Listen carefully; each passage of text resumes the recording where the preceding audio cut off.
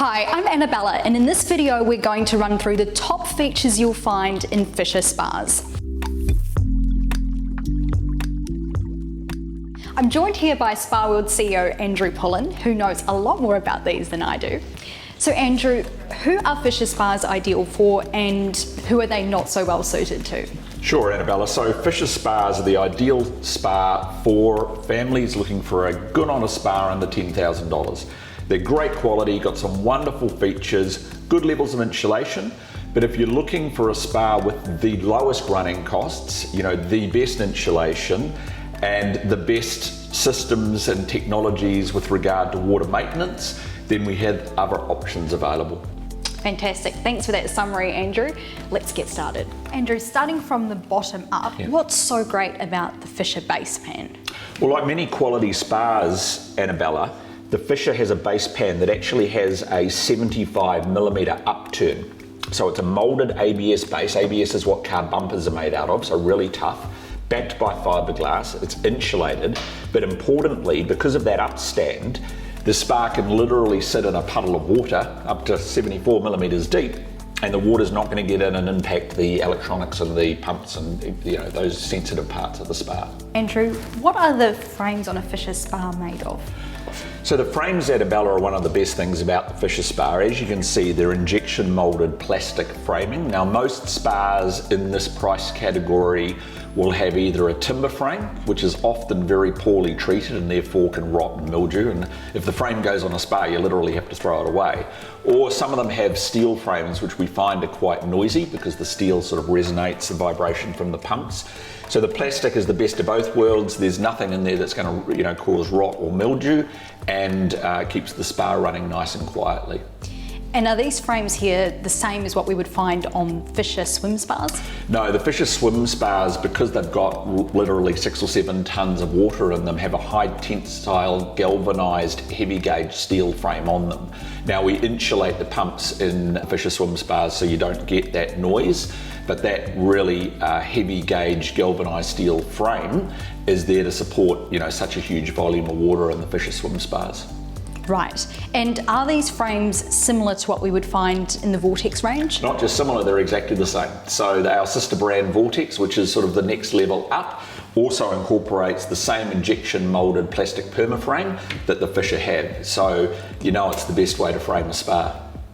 Andrew, what are the shells on a Fisher spa made of? Yeah, so Annabella, we use a 4-layer shell process on the Fisher spa. So the first layer is an American-made Aristec acrylic. There are 2 types of acrylic on the market that you'd want to go for, either Aristec or Lucite, both made in America. Anything else, steer clear of. So that acrylic sheet is heated up in a special oven. It's then sucked vacuum formed down into a mold. By the time it gets to the bottom of the footwell, it's very thin, so we need to back it with fiberglass. So there's 3 layers of fiberglass. The first layer is what's called a vinyl ester resin, which kind of acts like an undercoat for the next 2 layers. So acrylic, as you can see, is quite shiny, and if you just spray normal fiberglass straight onto it, it can what's called delaminate or bubble off, which is common in very cheap spas on the market. So the vinyl ester kind of adheres the next layers to the back of the acrylic, it bites in there. We then spray a layer of marine grade fiberglass with the chop strand fiber in it. They then get oven cured, and that's a very important part of the process because it means that the fiberglass sets or cures at exactly the right temperature and humidity. And then when it comes out of the oven, we spray a layer of GP resin or general purpose resin, which is actually mixed with stone powder, which is like cement, and that gives the spa shell its rigidity. Okay. Often you'll look under a spa in this sort of price bracket and see wooden struts holding up the spa shell.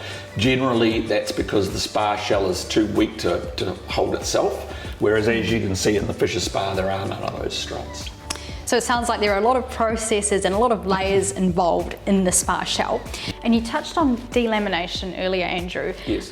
What exactly is delamination and why do we really want to avoid this? So delamination is when the fiberglass loses adhesion with the back of the acrylic. And the way that you would see that is the acrylic literally forms little bubbles inside the spa because air gets underneath.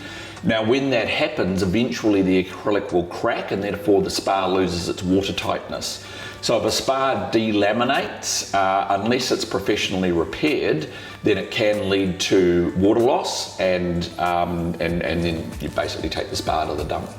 So yeah, definitely want to be avoiding this. Exactly. And as we mentioned before, with the frames, similar with both Vortex and Fisher, can we say the same for the shell as well? Yes, yeah, exactly the same. The only difference is the Fisher has less colour options than Vortex, but otherwise the method of shell construction is identical. What sort of insulation will you find in a Fisher spa, Andrew? Yeah, so there's a few layers of insulation on the Fisher. First of all, the base of the spa is insulated to stop water loss through into whatever the spa is sitting on. The standard insulation on the Fisher is a barrier of foam and reflective foil on the inside of the cabinet. Very popular way of insulating spas. It basically stops heat loss through the cabinet, and it captures the heat that comes off the pumps when they're running and creates a pocket of warm air around the spa. So it's kind of like, double glazing. The air becomes the insulator.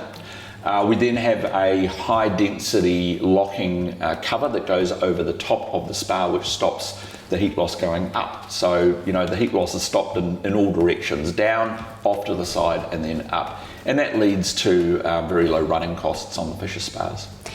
And I can also see, Andrew, that we've got some insulation on the shell. Is that correct? The shell foam becomes optional on the Fisher. So in warmer climates like much of Australia and much of the US, etc., the foam on the shell is not required, but in cooler climates, Fisher does offer that as an option, and it does reduce the running cost even further. And heading over to the control system now, would you consider this to be reliable and easy to use? Oh, most certainly. So, we always say that there are 3 control system brands to look out for. SpaNet, which the Fisher has, Balboa, which is an American company, and Gecko, which is Canadian. So if you're buying a spa, look for one of those 3 systems as the control system. Now, the Fisher spas use SpaNet. It's an Australian company. Fisher and Vortex have been using it for, more than 15 years, and it's a very, very reliable and easy to use system. There are some great features. The heaters are very high quality. There are great warranties on it. And as you can see, they also have the SpaNet pumps, which match up nicely with those control systems. Excellent. What's the key to maintaining clear and healthy spa water? So the Fisher incorporates what's called an ozone sanitizing system. It's the little black box down there, and that pumps ozone gas into the spa's water, and ozone's an oxidizer. It basically does the same job as chemical sanitizers such as chlorine and bromine. Kills some bugs. Just to get a bit technical, it oxidizes organic compounds, so it keeps that water nice and clear. It also has a great filter system in the Fisher, which we'll talk about a little later. But all spas on the market are going to require supplementation with some form of chemical sanitizer, whether that be chlorine or hydrogen peroxide or bromine. Or some spas on the market have a salt water chlorinator, which is still chlorine, it's just generated from salt. So the Fisher has a combination of the ozone unit, which is standard in most spas nowadays, a good filter system, and that's going to keep the water nice, clean and clear with minimum use of additional sanitizers. Excellent, that's exactly what we want to see. What can you tell me about the pumps and the plumbing that you'll find in a Fisher spa? Yeah, so they share the same pump and plumbing system as their big brother, the Vortex. So first of all, with regard to the plumbing, they use what's called a flexible PVC plumbing system. So this clear plastic tubing you see are just air lines, they don't carry water. Any plumbing that's carrying water is this flexible PVC product. It is designed for hot chemically treated water. You will often see in spas of this price range the clear plastic tubing or a braided plastic tubing used for water lines as well, and we'd question the longevity of that in spas. So it is important, if you're looking for a spa, get them to take the side off and have a look what's underneath. That's really important.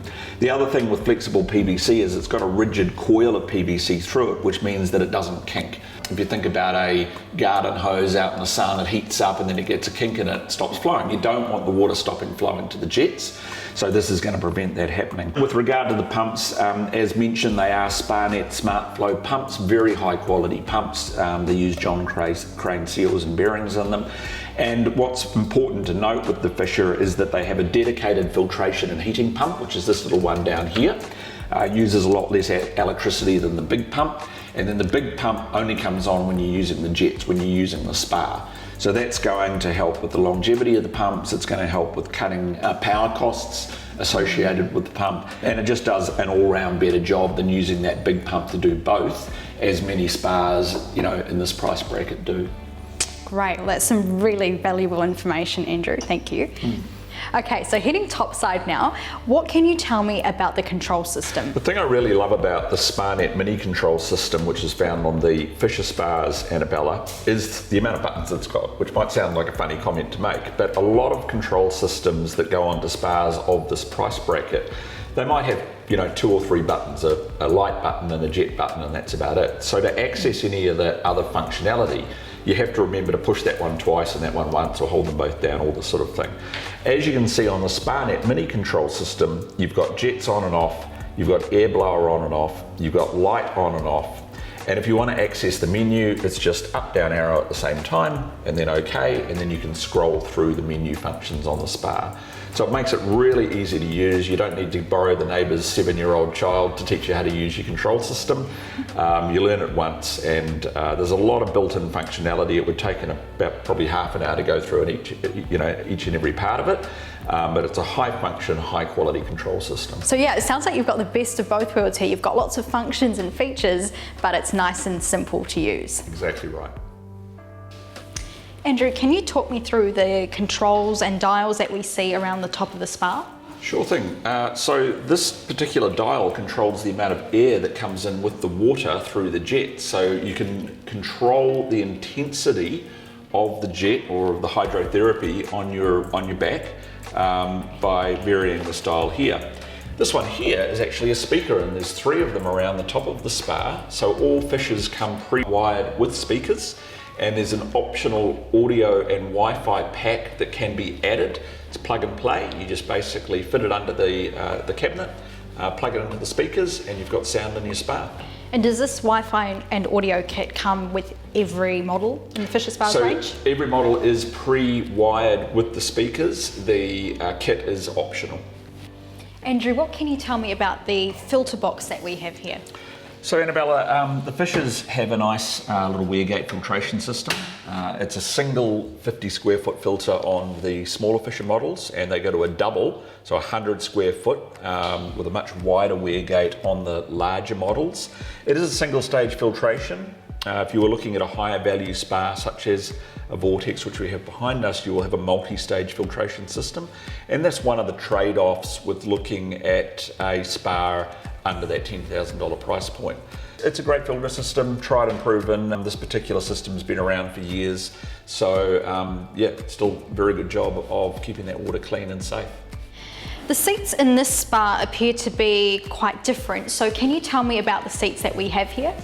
So one of the tricks with creating good hydrotherapy in a spa, Annabella, is giving variety to the users.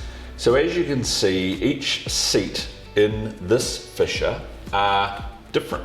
And so this particular seat will give a different massage than the seat over there. You can also see there are various heights of seating. So if you've got wee kiddies that need to be in the spa with you, or want to be in the spa with you, they can sit on some of these shallower seats, whereas the adults in the spa have got deeper seats. Even these 2 lounges are at different depths. So for example, if you and I were using it, one lounger would suit me better and one would be better suited to yourself. And this particular spa here is just one of many models. What other seats can we expect to see in the other models? Well, Fisher starts with the Fisher 2, which is a 2-seater, as the name indicates. Then there's a 3-seater, the Fisher 3. We have 2 different 5-seaters in this size, and then Fisher do a 6, 7 and 8, which get quite a bit bigger than the spa and can easily accommodate up to 6 or 7 adults. So regardless of your needs, there should be a Fisher model to suit you. Andrew, I can see a lot of different jets here in the spa, so can you tell me about them? Yes, Annabella, these are all the hydrotherapy jets. One of the great things about the spinning jets in the Fisher Spa is that they don't have ball bearings which could get blocked up with calcium or grit. They actually run on a stainless steel bearing design, meaning that the spinning jets keep spinning, which is great. And because of the way that they're designed, you can actually swap the jets around. So if you've got a directional jet, where you'd like a spinning jet and vice versa, you can actually swap them around and they are interchangeable, which means that you can vary the type of massage you get. And each jet can be turned on and off at the face, so you can once again tailor the massage. And as you can see, they've got this beautiful 304 grade stainless steel faceplate, so they're always going to look sparkly for the life of the spa. And it also sounds the way that you can change them around, that's also something that you'll find in a Vortex. Yes, it is. So there's a lot of similarities with the Vortex spas. I will say that the hydrotherapy in the Fisher is not quite where it is in the Vortex. Vortex really pride themselves on their hydrotherapy, but a lot of the features are the same, combination of water jets, and these down here are air jets, so they blow bubbles, which is a really nice sensation under the back of the legs. So yeah, you're going to get a good level of hydrotherapy in any of the Fisher spas. Thanks, Andrew, for running through all of the features that you'll find in the Fisher spas. No problem. Hopefully this video has given you a really good idea of what you can expect to get from these spas and if this range is right for you. For more information, you can head to our Spa World website.